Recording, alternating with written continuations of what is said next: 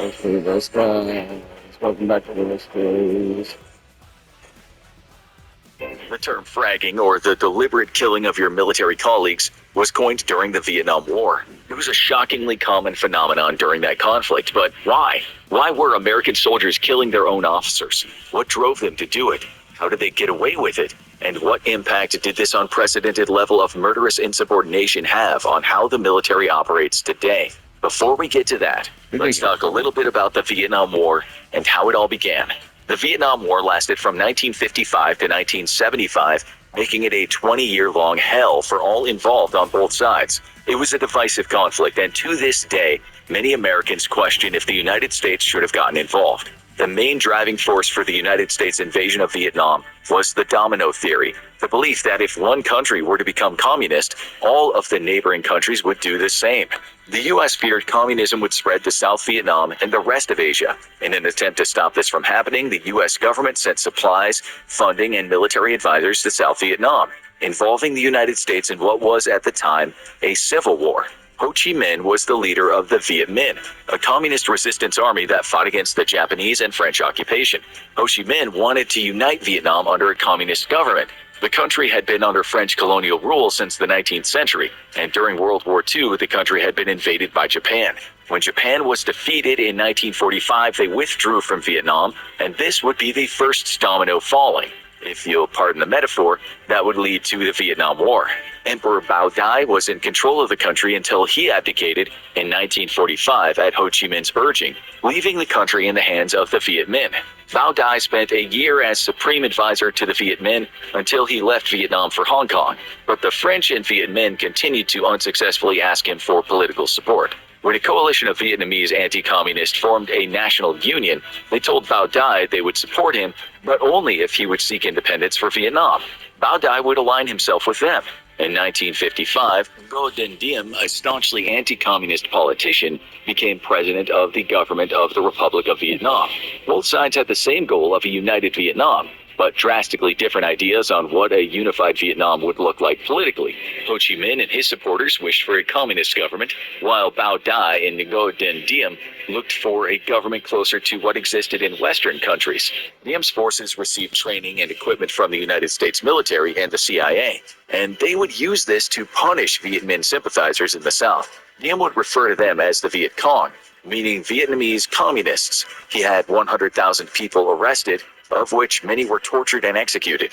In the United States, America was equally divided on the war. The first substantial student protest occurred in October 1963. At the time, the United States had only sent American military advisors to Vietnam, but students across the United States were speaking out, and they were united under the belief that the Vietnam War was wrong. The protests grew in strength as the conflict escalated, and some of the protests turned violent. When American troops were sent to Vietnam, they were surrounded by death and cruelty.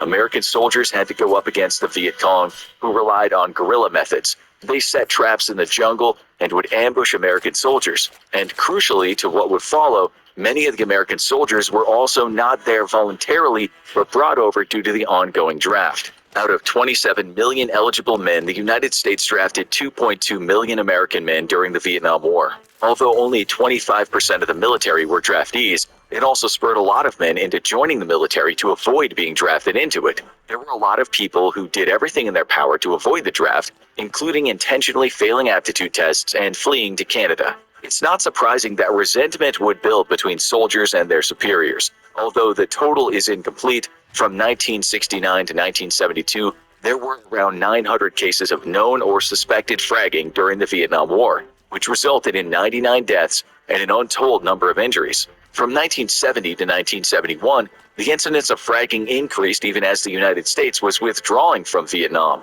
But by the end of the war, it's believed at least 450 officers and 600 United States soldiers had been killed by fragging, and 1,400 had died under mysterious circumstances. Fragging was not new, as similar incidents had occurred prior to the 1960s, but it became far more prevalent. It was a way for soldiers to discourage those in charge from being too enthusiastic for combat. As the Vietnam War grew more and more unpopular, the soldiers lost morale. They saw no reason to risk their lives for a losing war that many of them didn't even support. There were a lot of soldiers who were given a one-year tour of duty and this meant there was less cohesion among units. For some, it was self-preservation, killing their officers to ensure they might get out of the Vietnam War alive. American soldiers were staring down the Viet Cong as the United States was making little progress in the war. At times, fragging was used in order to remove leaders that soldiers viewed as incompetent or a threat to their survival. Soldiers resented that unit leaders would risk their soldiers' lives for personal gain. Fragging had surprising consequences, such as opium addiction among American soldiers. In some units, soldiers used fragging in order to fight anti-drug policies, so officers would tolerate drug use and general insubordination among their soldiers due to a fear of fragging. Without any restrictions on narcotics, drugs became freely available to the already traumatized soldiers. There were incidents where unit leaders who were considered too strict would be given warnings from soldiers. When a unit leader would enforce discipline or regulations, sometimes they would find a frag grenade with a safety pin left in it and their name written on it in their bunk. Other times, soldiers might have discharged a smoke grenade under their bunk. These always had a loud and clear message, and unit leaders would back down due to the threat of fragging. If you're wondering if anyone was ever caught committing the offense, it wasn't many, and even fewer people were convicted of the crime. Lower-ranked GIs united to protect their fellow soldiers, and they helped make it difficult to identify the guilty party of the incidents. Of those who had been convicted, they were given incredibly light sentences. Some were sentenced only to 10 months in jail. There were some notable incidents. In 1969, after the assault on Hamburger Hill, there was an underground GI newspaper that had placed a $10,000 bounty on Lieutenant Colonel Weldon Honeycutt's head. Honeycutt had ordered and led the attack at Hamburger Hill, and the bounty had led to several unsuccessful attempts on Honeycutt's life. Hamburger Hill was a 10-day battle where in a remote valley in South Vietnam, American troops fought for control of a 3,000-foot-tall hill. After days of a bloody and vicious battle, they were able to take the hill, but they would abandon it only days later. After they abandoned it, the North Vietnamese would return to reoccupy it. Many saw it as a senseless loss of lives, and the debate continues to this day. Anger over the loss of life most likely incentivized a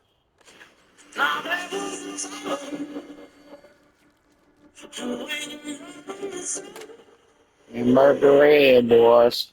Anger over the loss of life most likely incentivized American soldiers to want Honeycutt dead.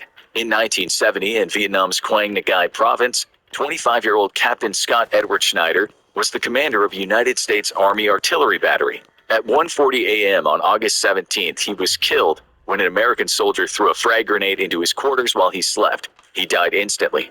Private David K. Laughlin would be charged with his murder.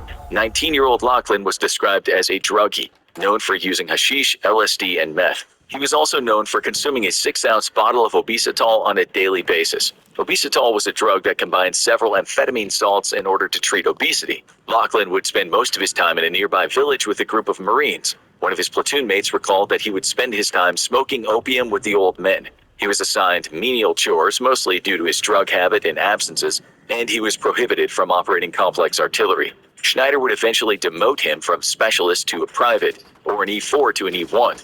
They believed Laughlin's motive for the murder was a drug-induced grudge. Laughlin would plead guilty to unpremeditated murder, and he was sentenced to 25 years of hard labor. In 1979, Laughlin would be released after just 8 years and 7 months of sentence. While drugs played a large part in fragging, racial tension was also considered a motivating factor in some cases. On March 15, 1971, at an army base in Bien Hoa, Lieutenants Thomas A. Delvo and Richard E. Harlan, 2 white men, were killed by a grenade being thrown into their sleeping quarters. When Billy Dean Smith, a black private, was arrested for the crime, the prosecution argued that Smith had actually meant to target Captain Randall L. Rigby and First Sergeant Billy Willis due to their racist encounters with Smith. When Smith's case received international attention, it was moved from Vietnam to Fort Ord, California. The defense argued that the grenade pin had been planted in Smith's pocket after the attack. They alleged he had been targeted due to his anti-war statements prior to the murders. According to Black Scholar magazine, Smith was the logical guilty party because he was a black GI with a bad attitude. Billy Dean Smith was found not guilty. It wasn't unusual for the fragging incidents to miss their intended target. In 1969, a new commander was put in charge of Battery D of the 11th Marines at Phu Loc. Due to his style of discipline, he became unpopular with some of the Marines. On February 27th, someone threw a grenade into his sleeping quarters hoping to frag him, but he wasn't in his quarters that night. Instead, the explosion would kill First Sergeant Warren E. First, who was scheduled to return home to his family in just a few days. They never convicted anyone of his murder. At the Quang Tri Combat Base on April 21, 1969, someone threw a grenade into the company office of K Company, 9th Marines. First Lieutenant Robert R. Roweller would die as a result of the explosion. Private Reginald F. Smith would go on to brag to a colleague about the murder, which led to him being apprehended. As he told of his exploits, he still had the grenade ring on his finger. Smith would plead guilty to the murder, and he was sentenced to 40 years. He wouldn't finish his time, though. On July 25, 1982, he was murdered by a fellow inmate. Army captain and incoming commander of the 188th Military Police Company, Roy Moore, was strict. When he arrived near Da Nang, he would quickly discover that some of the MPs had developed addictions to drugs and alcohol. Moore comfortably filed disciplinary charges against addicted and insubordinate soldiers. Unsurprisingly, he received threats of fragging. One night, Moore was told that one of his soldiers, Kidwell, a known drug user, had shot First Sergeant Howard and planned to attack Moore next. Moore took precautions to defend himself against Kidwell, only to discover he'd already been taken into custody and was in his office. Kidwell was court-martialed and First Sergeant Howard survived the attack. The United States Army wasn't the only one contending with fragging. It was prevalent in the Australian military as well. Lieutenant Robert Thomas Convery of the 9th Battalion of the Royal Australian Regiment died on November 23, 1969 at the age of 22. After a night of heavy drinking with his battalion, a grenade was placed in his tent in Nui Dat around midnight. He was killed when the grenade exploded as he slept. He was due to return home in 5 days. Later on, Private Denzel Allen would be convicted of his murder and sentenced to a life sentence in Riston Prison, but he would only serve 10 years and 8 months. In one case, a booby trap may have saved a man's life. Eugene Linden was an American author who once wrote about the demoralization of American troops in Vietnam in a 1971 Saturday Review article. He told the story of a company commander in the 23rd Infantry Division. The captain was injured when he fell on a punji stick, a booby trap that's a simple spike made from sharpened bamboo. It turns out this was a life-saving event, as it removed him from combat. He was informed by a medic that all of the men in his unit were most likely pleased that he'd fallen on that stick. The medic explained to him that his unit felt he constantly put his men in danger and lacked common sense. The men had been talking about fragging him until he fell on that punji stick. Fragging statistics mostly cover incidents that involve explosives, typically grenades, but there are also several hundred murders by firearms. In those cases, it was typically men of equal rank shooting each other, though. According to the statistics on hand, less than 10 officers were killed by their colleagues via firearms. There were rumors of enlisted soldiers deliberately killing officers and non-commissioned officers using the chaos of the battlefield to get away with it. Another incident at Nui Dat involved Private Paul Raymond Faraday opening fire into the sergeant's mess of the Royal Australian Army Service Corps with his SLR rifle. On December 25, 1970, Faraday shot and killed Sergeants Alan Brian Moss and Wallace James Galvin, and wounded Sergeant Frederick Edwin Bodle. He committed the crime after an all-day drinking session.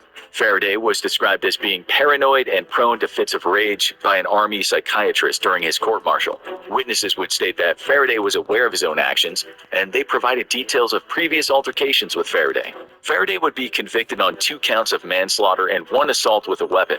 Of his 10-year sentence, Faraday only served 8. The United States military began to instill tougher restrictions on access to weapons to try to minimize the number of fraggings.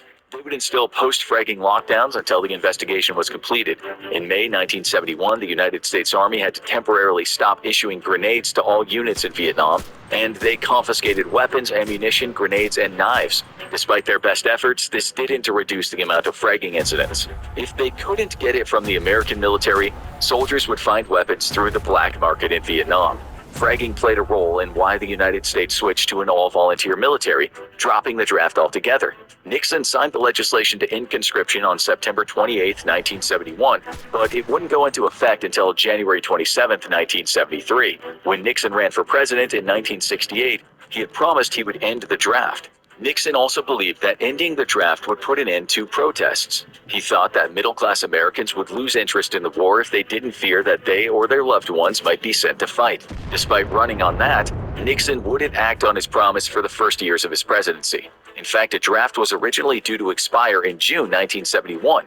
Instead of allowing it to expire, Nixon asked Congress to approve a 2-year extension on it. They'd even compiled draft priority numbers for men born in 1954, 55, and 1956. Congress would not extend the draft, though. Vietnam led to a great deal of resentment from American soldiers. Many soldiers were also faced with Agent Orange, a mixture of herbicides that the United States used to clear foliage. It was meant to take away the Viet Cong's hiding places, but it's also believed that nearly 3 million American soldiers might have been exposed to Agent Orange. Many of these soldiers who were exposed later developed cancer or other medical problems, including Parkinson's disease. In 1979, United States veterans were able to bring a class action lawsuit against the 7 herbicide manufacturers who produced Agent Orange. They would settle out of court in 1984, creating a $180 million fund to compensate 250,000 victims and their families. It's also believed that exposure to Agent Orange is responsible for abnormally high amounts of miscarriages, skin disease, cancers, birth defects, and congenital malformations among Vietnamese people in the 1970s. American soldiers not only witnessed brutality, they participated in it as well. On March 16, 1968, the United States committed one of its darkest atrocities during the Vietnam War. In the village of My Lai, the village of 700 civilians was invaded by the Charlie Company, 11th Brigade American Division, and they slaughtered 504 Vietnamese innocents, including children, within 3 hours. There were no reports of opposing fire from the village, but Lieutenant William Cawley, the commander of the unit, ordered his troops to enter the village firing. Civilians were clubbed, stabbed, and women were assaulted. The soldiers mutilated some of their victims by carving C Company on their chests. Only one American was injured during the massacre when he accidentally shot himself in the foot while he was clearing his pistol. Robert Maples, one of the soldiers at My Lai, refused to open fire at the Vietnamese civilians in a ditch. His commanding officer trained his own weapon on him, and Maples still refused. Meanwhile, helicopter pilot Hugh Thompson Jr. threatened to open fire on his fellow Americans, desperate to protect the Vietnamese villagers from being massacred. He threatened to report the massacre as well. He had blocked the American soldiers with his helicopter, and he had his crew aim their guns at the American troops and rescued villagers hiding in a bunker. When Thompson noticed movement in one of the ditches, he landed, so the crew chief, Wow. Andriata, I got one shot at me. rescued a young boy from the ditch. The boy was covered in blood, but uninjured. Thompson would report the incident to his army officers, but while that did lead to a ceasefire, it also led to a cover-up. The United States military would work diligently to keep what happened to My Lai a secret. L. Mendel Rivers, the chairman of the House of Armed Services Committee, would later claim that Thompson was the only guilty party there that day, since he was the one who had turned his gun on his fellow Americans. It's no surprise that Thompson would throw away the Distinguished Flying Cross that they'd awarded him for saving the lives of the Vietnamese villagers. When given the medal, the citation made no mention that the hostile fire he faced was from the American side. Thompson believed the United States military wanted to buy his silence. He would receive the Soldier's Medal in 1998, but he refused to accept unless they gave the award to his door gunner, Lawrence Colburn, and the late Andriata. Sadly, Glenn Andriata had died in a crash 3 weeks after My Lai. The United States military couldn't keep the lid on My Lai forever, especially after Ron Rittenhour, a 22-year-old gunner in another unit, wrote letters to 30 congressional and military officials a year later. Someone connected to the military called a part-time political columnist from the Village Voice to tell them about a United States soldier being court-martialed for the massacre at the Vietnamese village. But the army didn't want anyone reporting on it. Naturally, the columnist, Jeffrey Cohen, was interested. He called a freelancer named Seymour M. Hirsch and told him about the story, and it was Hirsch who would dig deeper into what had happened. Hirsch would fly out to Salt Lake City to meet with Cawley's lawyer, and he would travel to Fort Benning, walking around the base until he found Cawley to interview him. Hirsch would uncover the story for the American public, later winning the 1970 Pulitzer Prize for international reporting. When the public learned about the My Lai massacre, anti-war sentiments rose further. The investigation into the massacre uncovered widespread failures in leadership, discipline, and morale. The United States military had lost many career soldiers over the course of the ongoing war. If they hadn't been rotated out or retired, they were killed. They'd been replaced with draftees who lacked experience. Military officials blamed the disappointing talent pool for the military deteriorating. They argued that if they had more educated middle-class draftees, someone like Calley, an unemployed college dropout, would have never been the leader of a unit. Although he had dropped out of college, in 1967, Calley had managed to graduate from Officers Candidate School at Fort Benning, Georgia. Calley would testify that he was ordered by Captain Ernest Medina to carry out the slaughter in My Lai. However, all the photographic and recorded evidence pointed to Calley alone. Calley was sentenced to life in prison, but he was released in 1974. He was given a dishonorable discharge and entered the insurance business afterward. The Vietnam War was in hindsight a travesty for all involved, with flaws that cost countless thousands their lives, trickling down from the very top of leadership. Fragging is just one more shade of red amidst the overall atmosphere of tragic, bloody chaos. It's the closing days of the Second World War, and despite defeat being a near certainty, the German army is still fighting ferociously, forcing Allied troops to pay for every inch of territory with their blood. Just outside the Vosges Mountains, an American infantry platoon is under heavy assault by a well-coordinated and armed German advance. Several M10 tank destroyers are lending their fire to the battle on the American side, but one by one they are hit by German Panzerschrecks and Buy and sell stocks anytime, anywhere with zero commission. You can start investing with as little as $5. Practice trading with our trading simulator before you start investing with real money. We provide customizable charts and tools, in-depth analysis, and much more. Join Webull and start your portfolio today.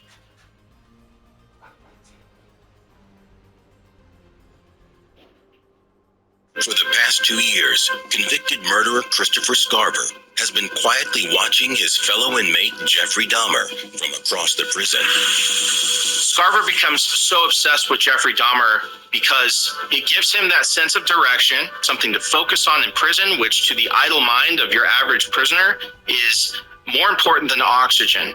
It keeps the social mind engaged. It keeps them feeling like there's a meaning to their life, rather than them just being this husk rotting away in prison. Now I have a sense of direction. Many believe Scarver's untreated mental health issues are putting him in a precarious position. Grandiose delusions are relatively common within psychotic disorders. If you believe that you are special, it gives your sense of self a higher purpose. This made Dahmer a prime target to Scarver.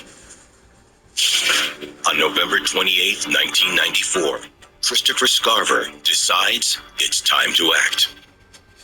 Christopher Scarver was serving a life sentence for murdering a boss. There was a job promised to him that he didn't get. While Jeffrey Dahmer couldn't have cared less about anybody, Christopher Scarver had already created this, holy Cold War in his mind of good versus evil, and I'm going to smite this evil person. Jeffrey Dahmer. That morning, prison officials pair Scarver up on a work detail with Jeffrey Dahmer and convicted wife killer Jesse Anderson. They are tasked with cleaning up the gym's locker room, and as fate would have it on this day, somehow Jesse, Jeffrey, and Christopher are left alone. According to Chris, after the guard steps away, he's filling up the mop bucket with water. And while his back is turned to the two men, he feels a poke in his back. When he turns around, he sees Jeffrey and Jesse, and he said that they had a little bit of a smirk. They were kind of giggling under their breaths. So he didn't really know which one of them actually poked him. It infuriated Scarver, and he made a decision right then and there that this was the moment that he was going to take his vengeance upon Jeffrey Dahmer for the actions that he had caused in Wisconsin.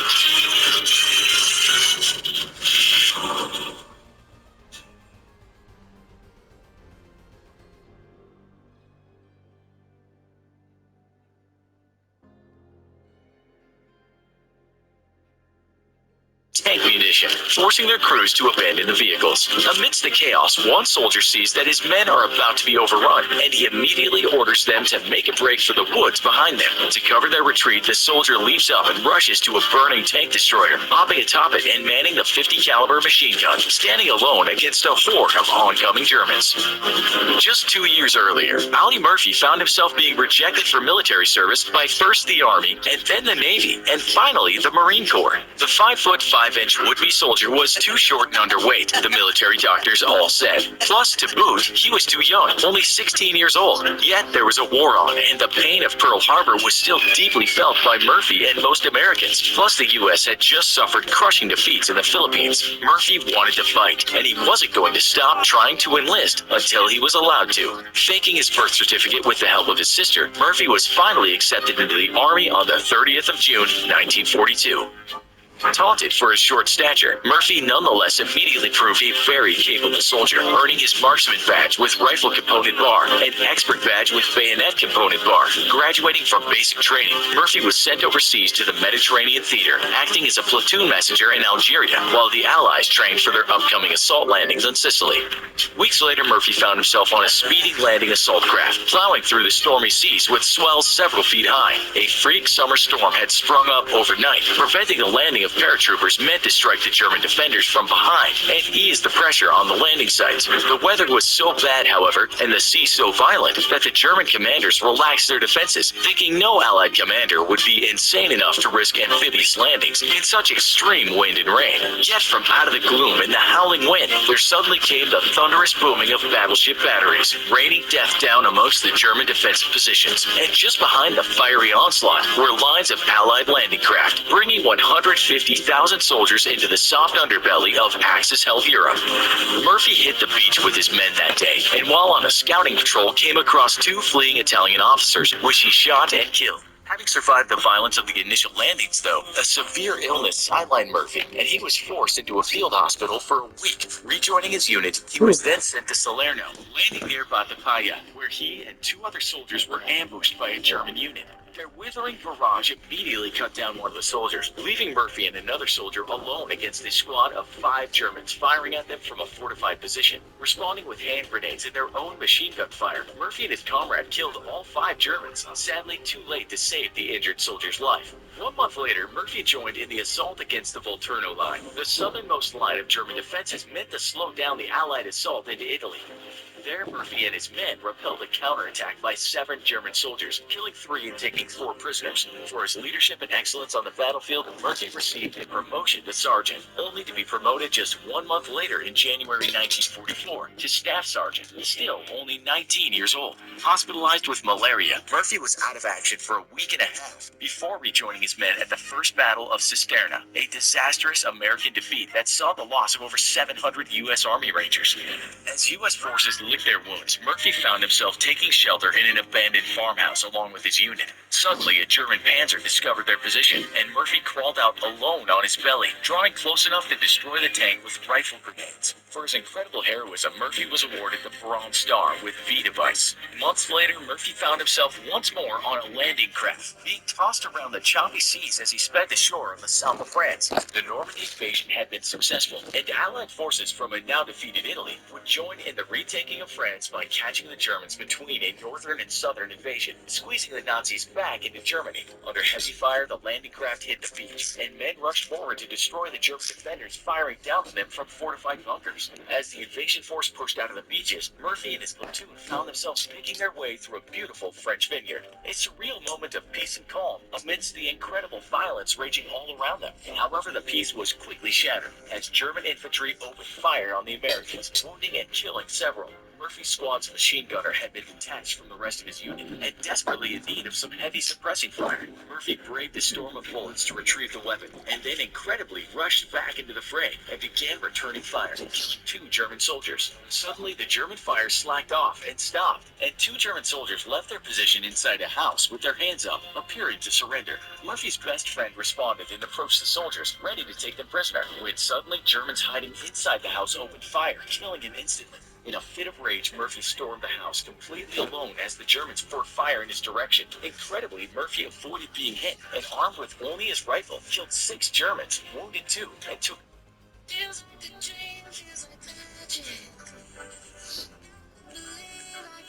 an armed with only his rifle, killed 6 Germans, wounded 2, and took 11 prisoner. For his and his men's heroism that day, and in the following days, Murphy and his unit received the Presidential Unit Citation.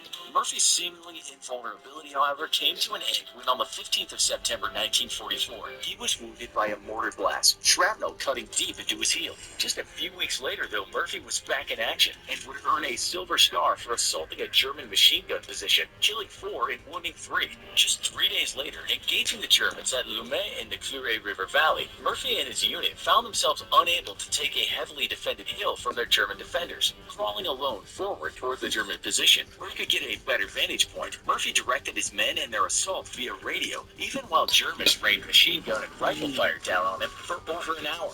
After successfully taking the hill, Murphy earned a bronze oak leaf cluster for his Silver Star and a battlefield commission to second lieutenant. Joining the assault into the heart of France, Murphy and his platoon were ambushed by German snipers on the 26th of October. Picking his way from cover to cover, Murphy managed to make his way right up to the German position, taking 2 of the soldiers prisoner, while suddenly a third sniper shot him in the hip. Spinning on his attacker, Murphy leveled his rifle and put one round directly between the sniper's eyes. For his injury, Murphy received his first bronze oak leaf cluster for his Purple Heart, but partial loss of his hip muscle due to the removal of gangrene from the wound forced Murphy out of combat until January. By that time, though, the Allies were pushing the Germans steadily back and out of France. Joining his men at the Colmar Pocket in the Vosges Mountains near central France, Murphy and his men found themselves in the thick of some of the most brutal fighting of the war. Determined to force the Allies back into the sea, a fierce German counterattack broke on the U.S. lines like a storm. Caught out in the open, Murphy called for any fire support available to prevent the Germans overrunning their position. A detachment of M10 tank destroyers responded and immediately began engaging the Germans. However, German fire quickly began eliminating the vehicles one by one, firing from a hastily prepared defensive position. The blast of a Panzerschreck striking an M10 just feet away rolled over Murphy. Knowing his men would be killed to the last if they remained out in the open, Murphy ordered his men to make a break for the woods behind them. Remaining in his position alone, he fired at the oncoming Germans while also directing artillery fire over the radio. Murphy knew he needed to lay down some heavy suppressing fire if his men were going to have any chance of making it to safety, but he was armed with only his M1 rifle. That's when Murphy spotted the 50 caliber machine gun atop the destroyed M10, and ignoring the flames, smoke, and incoming German fire all around him, Murphy made a mad dash for the burning wreck and crawled atop it, manning the heavy machine gun and laying down a withering barrage of fire at the oncoming Germans. For over an hour, Murphy stayed atop the burning vehicle, returning fire against the Germans and advancing vehicles. The mighty 50 caliber machine gun, nicknamed Modus by U.S. forces, belched out high-speed death, shredding even the armor of the German vehicles. Wounded in both legs and finally out of ammunition after over 60 minutes of fighting, Murphy finally left the burning wreck and crawled his way back to his men in the woods behind him. Having killed and wounded 50 Germans and knocking out several German vehicles, Murphy ignored the wounds to his legs and led his men in an assault to repel the German counterattack, pushing the enemy back and securing the U.S. position.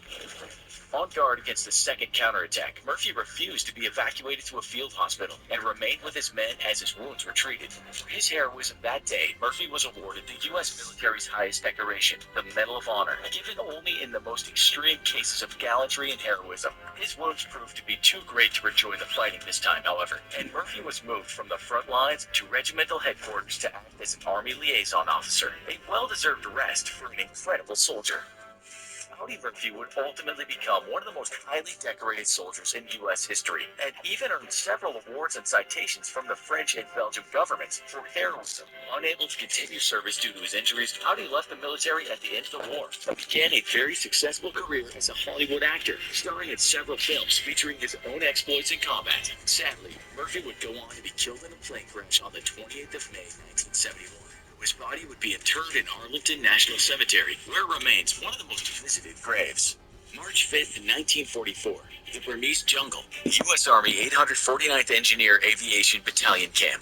"Get back!" yelled 21-year-old Private Herman Perry. He stood in the road brandishing his M1 Grand rifle. Lieutenant Cady ignored the warning and stepped closer. Sweating, sobbing, probably coming off an opium high, Perry was losing it, having a breakdown. He wasn't going to let Cady take him into custody. He wasn't going to do more time at the parasite-infested hellhole known as the Lido Stockade. Despite Perry's erratic behavior, Cady wasn't about to back off. This boy had a smart mouth. He'd been AWOL. He was a troublemaker. He needed to be punished. Besides, there was no way that Perry would shoot. That would be suicidal. Now less than a foot away from Perry, Cady stretched out a hand toward him. Bam! Cady jerked and crumpled to the ground. For a split second, everyone stared in disbelief at the fatally wounded Cady. Then Perry swung his gun around and trained it on the other officers as he backed away down the road. As he neared the trees, he turned and ran, vanishing into the brush. During World War II, the United States segregated its armed forces. Sure, there were a couple of African-American combat units created mainly for political reasons, but the majority of African Americans who served were relegated to menial tasks, including cooking, cleaning, and construction. That's how close to 10,000 African Americans ended up being shipped to Burma. These men are stationed there to build what will end up being a boondoggle, a 1,072-mile supply road to run through the Burmese jungle, connecting Lido, India to Kunming, China. Some 5,000 white Americans are also sent to work on the Lido Road. However, many of them are officers overseeing the black soldiers. The Burmese jungle is torturous. It's hot, humid, the vegetation's dense, the terrain is rough, it's easy to get malaria or dysentery, and it's hard to avoid the leeches, lice, and mosquitoes. Even worse, sometimes man-eating tigers lurk in the brush, clothes rot, and the food rations are poor.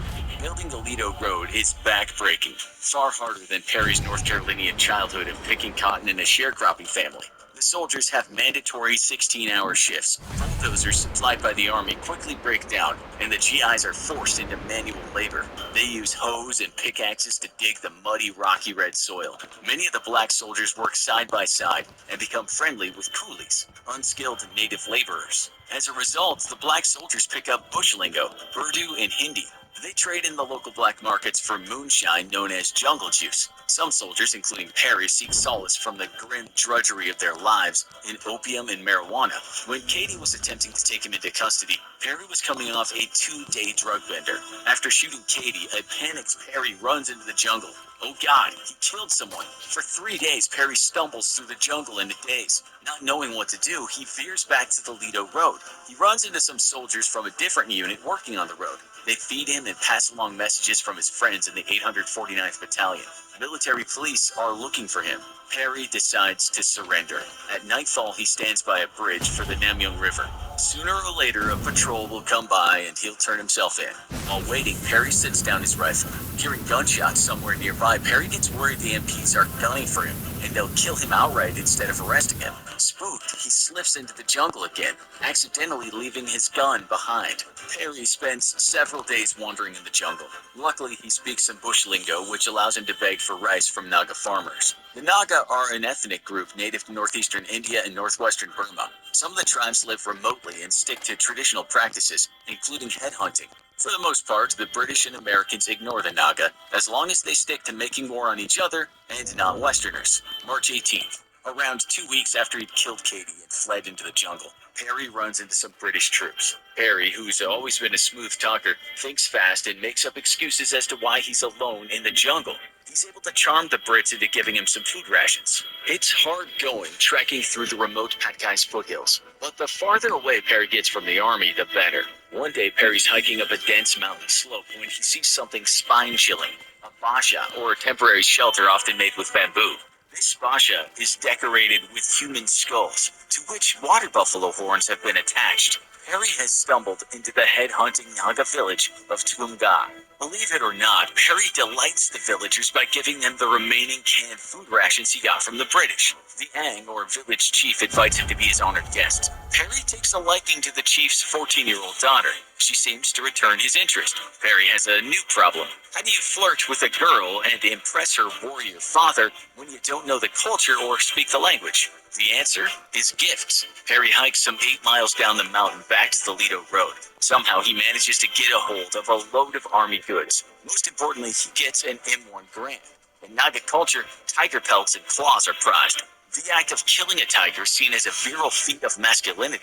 Compared to the clubs and flintlocks the Naga have, with his modern gun, Perry is seen as having the ability to kill many a tiger. The village is impressed. Perry is considered an important man, and the chief allows Perry to marry his daughter. The first few months of Perry's married life are pretty good. He struggles with malaria, but due to his stockpile of army rations, he's rich enough to hire servants to work his fields. Perry spends much of his time hunting monkeys and tigers. He grows fluent in his wife's language. The couple's excited to find out that they're expecting their first child. Many nights, the tribal musicians play flutes and drums, while the tribe chants, takes psychoactives, and dances. Meanwhile, the army has offered a 1,000 rupee reward for information leading to Perry's capture. That's upwards of 14,500 US dollars in today's money. They assume that he's headed for the city, so they've been searching for him in Calcutta. The legend of Perry is beginning to grow. Warranted or not, he's becoming a folk hero.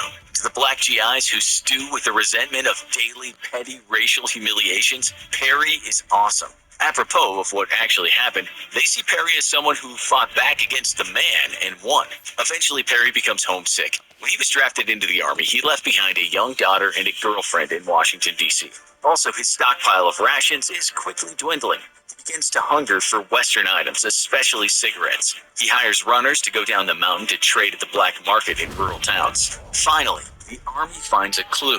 In the summer, some 5 months after Perry vanished, a coolie finds the rifle Perry accidentally left behind when he panicked at the bridge. The army realizes they've been searching in the wrong place. They put out feelers in rural towns near where the gun was found. Eventually, a rumor reaches their ears about the chief of Tunga having a black soldier as a son-in-law. Army brass is incredulous. They never would have expected an unarmed tenderfoot like Perry to survive for so long in the jungle. A runner who had gone to the town of Namyong to get rice quickly comes back to tell Perry that there are men searching for him. Perry leaves his wife in Tumga and goes to Noksa, or a satellite village. July 20th. Captain Walter McMinn and a small posse of MPs, along with hired Naga guides, go on a 3.5-hour hike up the mountain to Tumga. None of the Americans speak any Naga.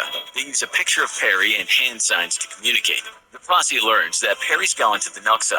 By the time that the posse huddles outside of the Noksa making the plan, it's twilight. The MPs get a guide to go ask Perry to borrow his gun for a hunt. The ploy works. It's a common request and Perry agrees, which leaves him unarmed. Army snipers sneak through the brush and position themselves around Perry's Basha. They have to be careful. It would be diplomatically unwise to accidentally kill any Naga. While eating dinner, Perry sees flickers of light outside. The Naga don't have flashlights. It can only mean Westerners. Perry thinks about trying to sneak into the pitch-black jungle behind the village, but tigers have recently been a problem. Grabs a dao, or short Chinese sword, and lights a bamboo staff to use as a torch. Getting up his nerve, Perry goes outside. McMinn immediately blinds Perry with his flashlight, ordering him not to move. McMinn fires, but misses. Perry takes off, and the soldiers chase him, shooting as they go. Perry seems to vanish into the jungle, escaping the ambush, but then they find his body at the bottom of a hill. Perry's been shot in the chest. Around 10 p.m., McMinn hikes several hours back to Namyong to get a doctor and more soldiers. Even with the extra manpower, it ends up being a 9-hour ordeal to carry the stretcher bearing the 170-pound, severely injured Perry down the mountain to reach Lido Road. From there, an ambulance takes Perry to the 73rd Evacuation Hospital at Xingbuyang. Perry spends the next several days recovering. While Perry's hyped up on morphine and other medical drugs, he's frequently interrogated. At first, he denies being Perry. A team of 4 teaming up in His identity solos. That and confesses the sucks. shooting case. Hate He's people coerced like into that. signing a 3-page document that he's told is a statement of what happened. Though Perry thinks some key facts are missing or distorted. Against his better judgment, he notarizes and signs the paperwork. On August 28th, Perry is deemed healthy enough to be transferred to prison. He's sent to the notorious Lido Stockade, the very prison he was trying to evade when he shot Katie in the first place. This is his second stint in the stockade. Several months before the whole shooting incident, Perry had spent hellish months in Lido, convicted for disobeying orders when an officer tried to assign him extra work. Though Perry's sentence for disobedience was 90 days, he'd been forced to serve an extra couple of weeks in the stockade without an explanation. The army assigns Perry a lawyer, Captain Clayton Oberholzer. Unfortunately for Perry, Oberholzer only has experience as a civilian lawyer and has never handled a felony. The fact that Perry killed Katie is indisputable, but Oberholzer hopes to get the charges reduced from premeditated capital murder to manslaughter, the difference being life in prison versus execution if convicted. Perry is also accused of desertion and willful disobedience. September 4th, 1944. Perry's court-martial takes less than 6 hours. Oberholzer fumbles a chance to get the sworn statement Perry made while drugged tossed. He botches explaining that the morning of the murder, a distraught Perry was headed to see Lieutenant Colonel Hyatt, the commander of the camp, who had an open-door policy to chat with the soldiers, white or black. Katie went out of his way to accost Perry with the intent to take him into custody, consciously seeking to prevent him from seeing Hyatt, who might have limited Perry's punishment for going AWOL. When Oberholzer brings up Katie's history of abuse toward black GIs, the tribunal warns him that Katie's character isn't on trial. The vote is unanimous. Perry is dishonorably discharged, must forfeit all pay, and will be hanged by the neck until dead. As part of the Army's due process, the verdict condemning Perry to death must undergo a review by 3 members of the Judge Advocate General's Department in New Delhi. All the way across the world, Perry's mom gets a letter from the Army informing her that her son has been court-martialed, convicted of murder, and is sentenced to hang. Bewildered and frightened, she scraps together some money and hires the best lawyer she can get. Her lawyer submits a brief to the Washington-based office of the Judge Advocate General's Department. The Washington office informs New Delhi that a brief for the Perry case will shortly arrive in the mail. Nearly a month later, on December 15th, the New Delhi office transmits a classified message asking about the brief. It hasn't arrived. It's been lost in the mail. Meanwhile, Perry has been stuck in limbo, imprisoned in Lido Stockade. He's spent his time watching and memorizing guard schedules. Then, on December 15th, Perry makes his move. Late at night, he crawls under the rear of his tent. The sleepy soldier standing guard at the entrance to his tent doesn't notice. Perry only has 11 minutes before the next time the guards make a circuit. Using wire cutters he stole while on work detail, he quickly cuts a hole in the prison fence just big enough to wiggle through. Protected by strips of coarse wool cut from his prison-issue blanket, Perry crawls through the drainage ditches filled with barbed wire. After that, he runs through a field at the stockade's edge and disappears into the jungle. Sweet freedom. Perry stops to catch his breath. He's free, but some 80 miles of mountainous jungle separates him from his wife and unborn child. How's he going to get home? Army brass loses their minds when they realize that Perry has escaped. The Lido Stockade's warden and 8 guards are formally reprimanded for negligence. The Army again puts a 1,000 rupee bounty on Perry's head. They radio broadcast Perry's description in several languages and print wanted posters. By airplane, they drop some posters on the village of Tunga. Illiterate Naga villagers collect them, impressed that pictures of the chief's son-in-law are falling from the heavens. MPs begin stopping black soldiers at random based on the chances that they might be helping Perry. Whenever they can, many black soldiers tear up the wanted posters. They enjoy swapping tales and rumors of the Jungle King. The law brief in defense of Perry finally reaches New Delhi on December 27th. The advocate judge's review finds some of the Army's actions questionable, but reconfirms the verdict of execution. In the wee hours of January 1st, 1945, Perry is almost caught at an abandoned timber camp by a posse of MPs who had heard rumors of a black soldier hiding there. Luckily for Perry, he's a light sleeper and escapes into the jungle just in time. A bullet barely grazes him. The MPs recover a .45 pistol Perry accidentally left behind. February 19th. 2 black soldiers, Staff Sergeant Toomer and T4 Troxler, are buying liquor in the town of Macomb when Perry suddenly storms the bootlegger's shack. Somehow he's gotten a replacement .45 pistol. He mugs the 2 soldiers of 95 rupees and forces the bootlegger to cook him dinner. Perry asks Toomer and Troxler to do him a favor. He wants them to bring a truck stocked with rations, clothes, a tent, a knife, and ammunition in the next 24 hours. They agree to meet Perry in Macomb the following night. Even though he stole money from them, Toomer and Troxler debate what to do. Ultimately, they decide to tell the Army, mainly out of fear of what could happen to them if the Army found out that they had suppressed information about Perry. They inform Major Earl Owen Cullum, commanding officer of the 159th Military Police Battalion at nearby Chalba Camp. Cullum decides to set up a trap. The soldiers will arrive with the truck and the army will ambush Perry. Toomer and Troxler agree to help as long as the army keeps it a secret that they betrayed the Jungle King. However, Perry has anticipated a trap. A crowd of coolies shows up to meet Toomer and Troxler. The army doesn't see Perry, but even if he's there, they can't shoot without risking a diplomatic incident. Suddenly, from among the crowd, Perry sprints for the truck and hops aboard. He forces Toomer and Troxler to drive away down the road, but there's a snag. A checkpoint's coming up. Perry gets out of the truck to trek through the jungle around the checkpoint. Toomer directs Perry to meet them at a grassy field on the far side. Perry doesn't know that this is the army's plan B. As he reaches the field, MPs fire at Perry, but again he escapes into the jungle. This time he's wounded. A bullet nicked his right foot. He packs it full of moss so it won't get infected, a trick he learned from the Naga. Perry limps through the jungle and hides in a rice paddy. Hours later, he awakes to the barking of German shepherds. The army's caught up to him. Perry escapes yet again. This time, the tip of his nose gets grazed by a bullet. He puts moss on this wound, too.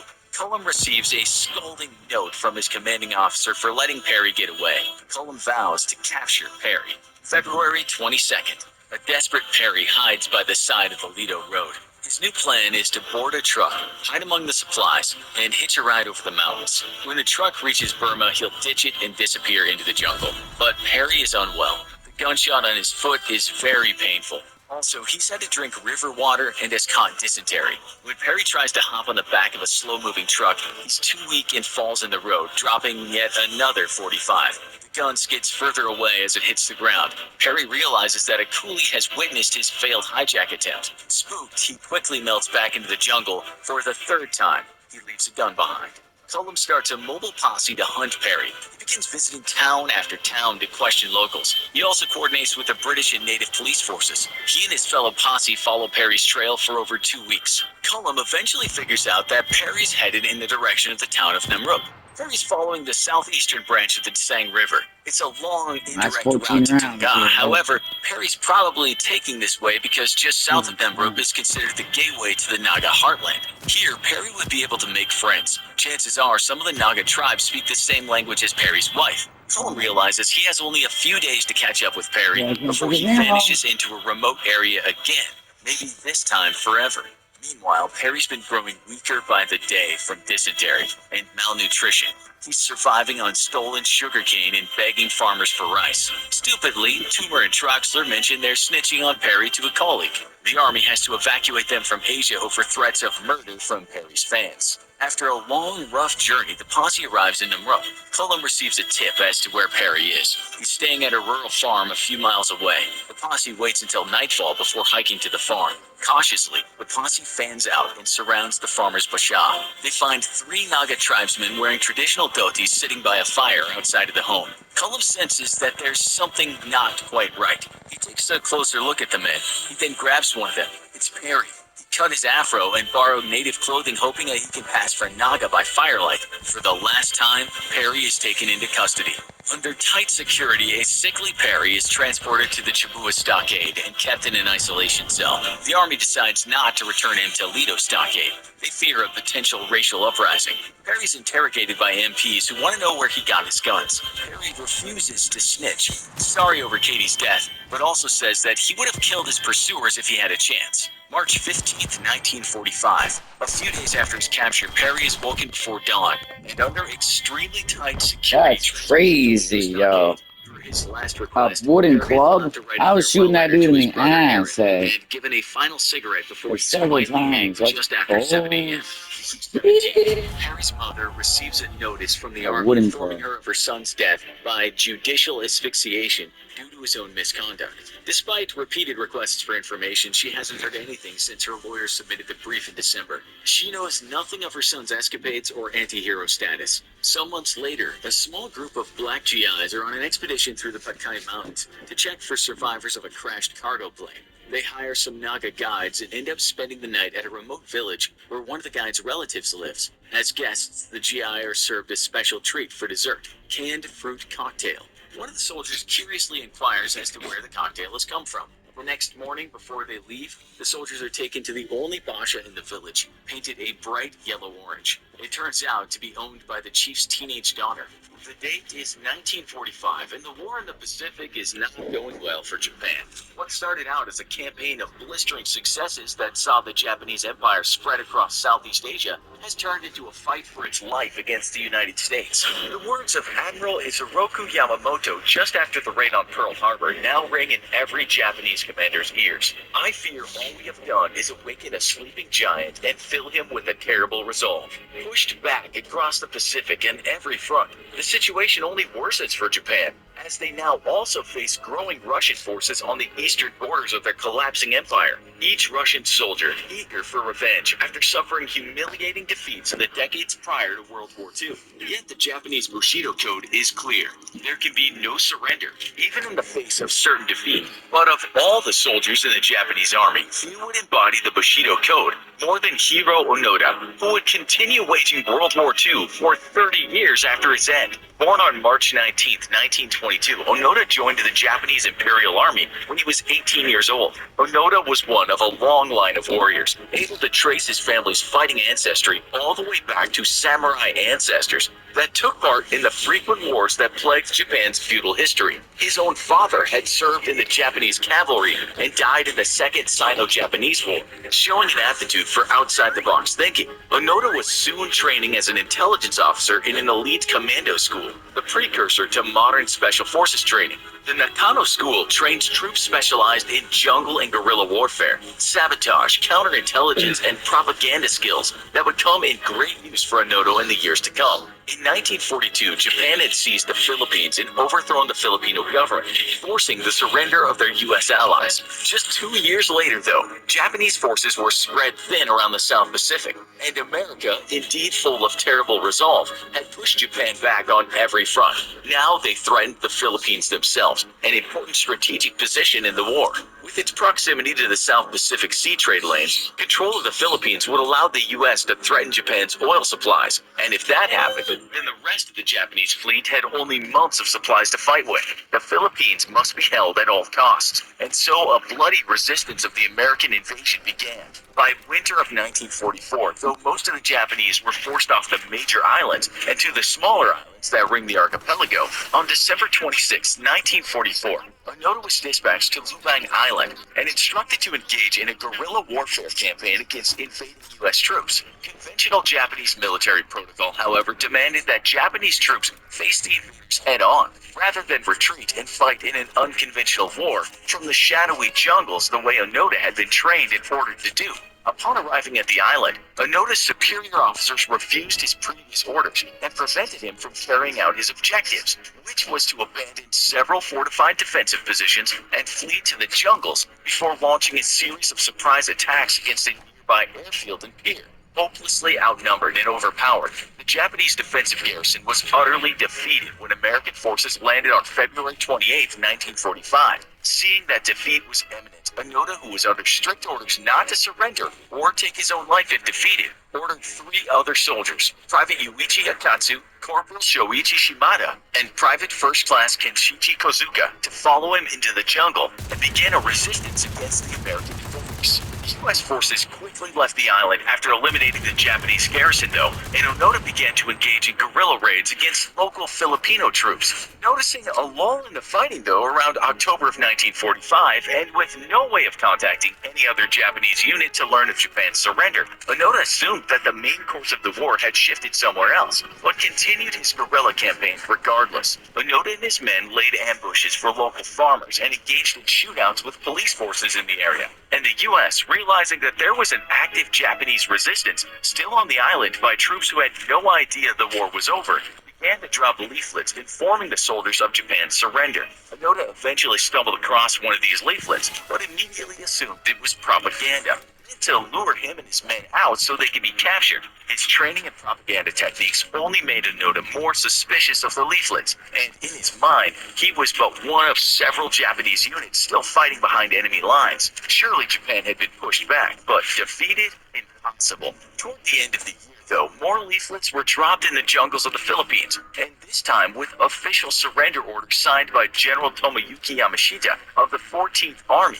Onoda carefully scrutinized the orders, but once more his propaganda training kicked in, and he surmised that these were fake too. More so, however, the idea that the entire Japanese army had surrendered seemed ludicrous to Onoda and his men. He firmly believed that Japan would fight until the very last man, just as they were now doing. For 4 more years, the team of guerrillas continued their war against the people of the Philippines, raiding farms for supplies and attacking police forces and farmers. Men sabotaged fishing boats and generally engaged in as much destructive activity as they were capable. Trained to live off the land, Onoda and his men gathered what fruits they could and stole rice, grain, and other foodstuffs from their raids on local farmers, and continued their war with a stash of ammunition and grenades that could see 4 men fight for years to come. In 1949, however, Private Akatsu came to the realization that the war was over and left the unit to live by himself in the jungle for 6. We're going to end that, and we're going to get back. Well, it's episode 2.